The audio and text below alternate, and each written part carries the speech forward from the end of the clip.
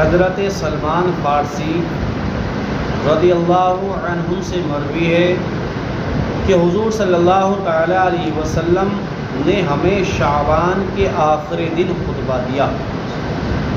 حضرت سلمان فارسی ارشاد فرماتے ہیں کہ حضور صلی اللہ تعالی علیہ وسلم نے شعبان کے مہینے میں، جو رمضان سے پہلا اسلامی مہینہ تھا شعبان کا، کہ شعبان کے مہینے کی آخری تاریخ کو ہم نے ہمارے سامنے تقریر کی، خطبہ دیا اور ارشاد فرمایا، اے لوگو تم پر ایک عظیم مہینہ سایہ فغن ہونے والا ہے۔ فرمایا کہ ایک عظیم مہینہ، عظمت والا مہینہ آنے والا ہے جو سایہ لے کر آئے گا، جس میں لیلۃ القدر جیسی رات ہے، جو رات 1000 مہینوں کی عبادت سے بہتر۔ ایسا مہینہ آنے والا ہے جس مہینے میں رب قدیر نے لیلۃ القدر جیسی رات کی عطا فرمائی۔ اللہ تعالیٰ نے اس کے روزوں کو فرض اور اس کی راتوں میں عبادت کو سنت قرار دیا ہے۔ جب فرمایا کہ دن میں روزہ رکھنے کو فرض اور رات کو جو عبادت کی جاتی ہے اس کو سنت قرار دیا ہے۔ جو شخص اس ماہ میں یعنی کہ اس مہینے میں کسی نیکی سے قرب حاصل کرتا ہے، یعنی کہ جب کوئی نیکی کرتا ہے، جیسے کہ کسی نے نفل پڑھے، تو رب قدیر اس نیکی کو فرض کے برابر ثواب عطا فرمائے گا۔ نفل نماز کو فرض نمازوں کے برابر کر دے گا۔ اور جس نے فرض ادا کیا تو اس کو اس مہینے میں دوسرے مہینوں کے مطابق 70 فرائض، یعنی کہ جو دوسرے مہینے میں 70 فرض ادا کیے جائیں گے، اس مہینے میں ایک فرض ادا کرنے کا ثواب 70 فرضوں کے برابر دیا جاتا ہے۔ یہ صبر کا مہینہ ہے اور صبر کا اجر جنت ہے۔ یہ بھائی چارے اور ہمدردی کا مہینہ ہے۔ یہ ایسا مہینہ ہے جس میں مومن کا رزق زیادہ ہو جاتا ہے، کیونکہ ہر گھر میں اس مہینے کے اندر اچھی غذائیں، اچھے کھانے بن جاتے ہیں۔ شام کو پھل فروٹ بھی آ جاتے ہیں روزہ والوں کے لیے، چاہے غریبی کیوں نہ ہو، کیونکہ رزق میں برکتیں ہو جاتی ہیں۔ اور اس مہینے میں کسی روزہ دار کا افطار، آقا ارشاد فرما دیں، جس شخص نے اس مہینے میں کسی روزے دار کو روزہ افطار کرایا تو اسے ایک غلام آزاد کرنے کے برابر ثواب ملتا ہے اور اس کے گناہ بخش دیے جاتے ہیں۔ سبحان اللہ۔ صحابہ کرام عرض کرتے ہیں کہ ہم نے عرض کی، یا رسول اللہ، ہم میں سے ہر شخص ایسی چیز نہیں پاتا جس سے وہ روزہ دار کا روزہ افطار کرائے۔ تو حضور نے فرمایا نا کہ رمضان کے مہینے میں جب کوئی روزہ دار کا روزہ افطار کراتا ہے تو رب قدیر اس کو ایک غلام آزاد کرنے کا ثواب اور اس کے گناہوں کو بخش دیتا ہے۔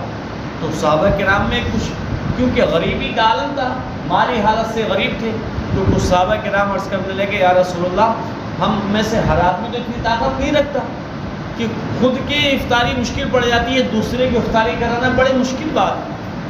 وہ سمجھ رہے تھے افطاری کا مطلب کہ پیٹ بھر کر کھانا کھلانا۔ تو نبی کریم صلی اللہ تعالی علیہ وسلم نے ارشاد فرمایا کہ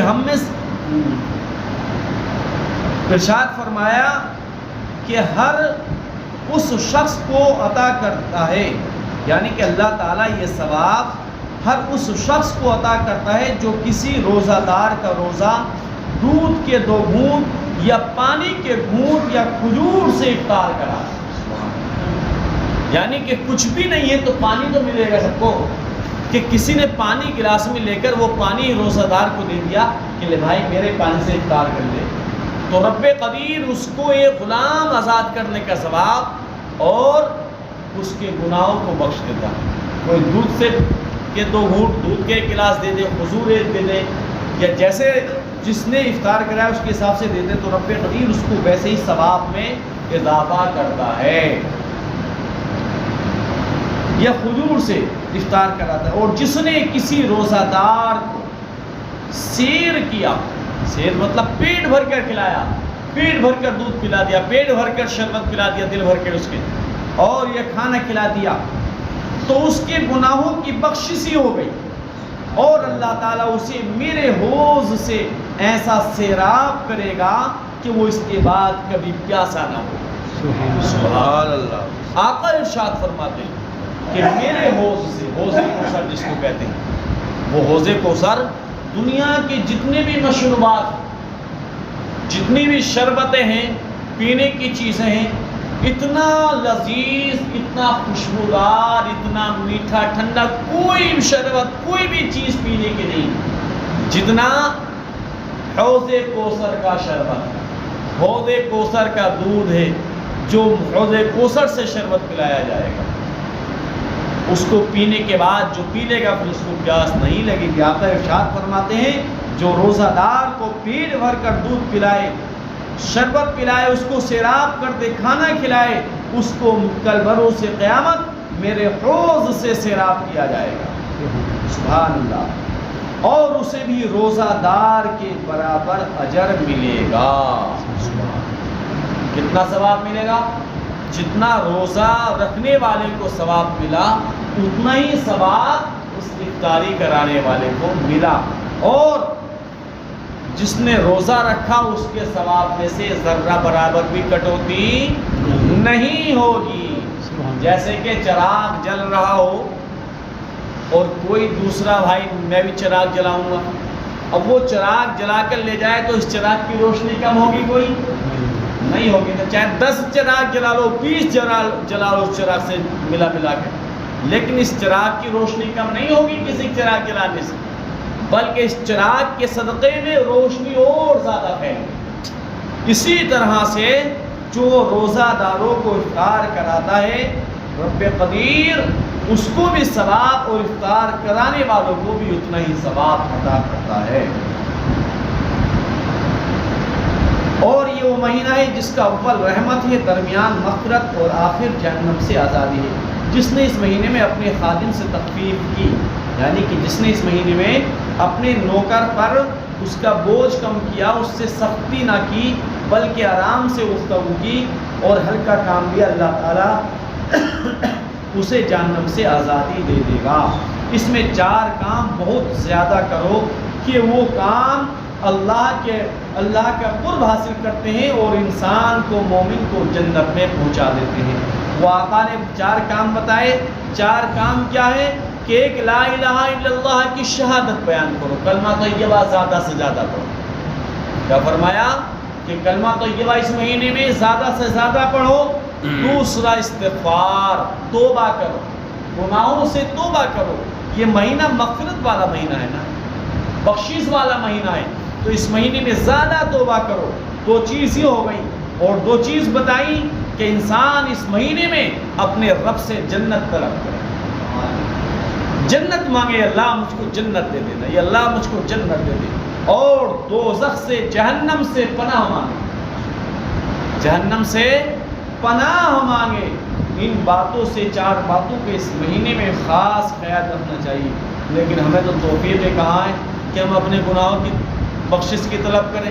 بس صبح کو کھا لیا، شام 5 وقت کی نماز مل گئی تو پڑھ لی، نہ تو کچھ موبائلوں میں ٹائم نکلا، کچھ ٹی ویوں کے سامنے ٹائم نکلا، کچھ آپسی گفتگو میں ٹائم کا پورا ختم۔ کاش مسجد میں آ کے تسبیح پڑھ لی ہوتی تو ہماری زبان گناہوں سے بچتی اور اللہ کے ذکر میں مشغول ہو جاتی۔ اور جب اللہ کا ذکر جب تک ہوتا ہے نیکیاں تو لکھی جاتی ہیں، ان نیکیوں کے صدقے میں رب قدیر اس ذکر کرنے والے کے گناہوں کو بخشتا ہے۔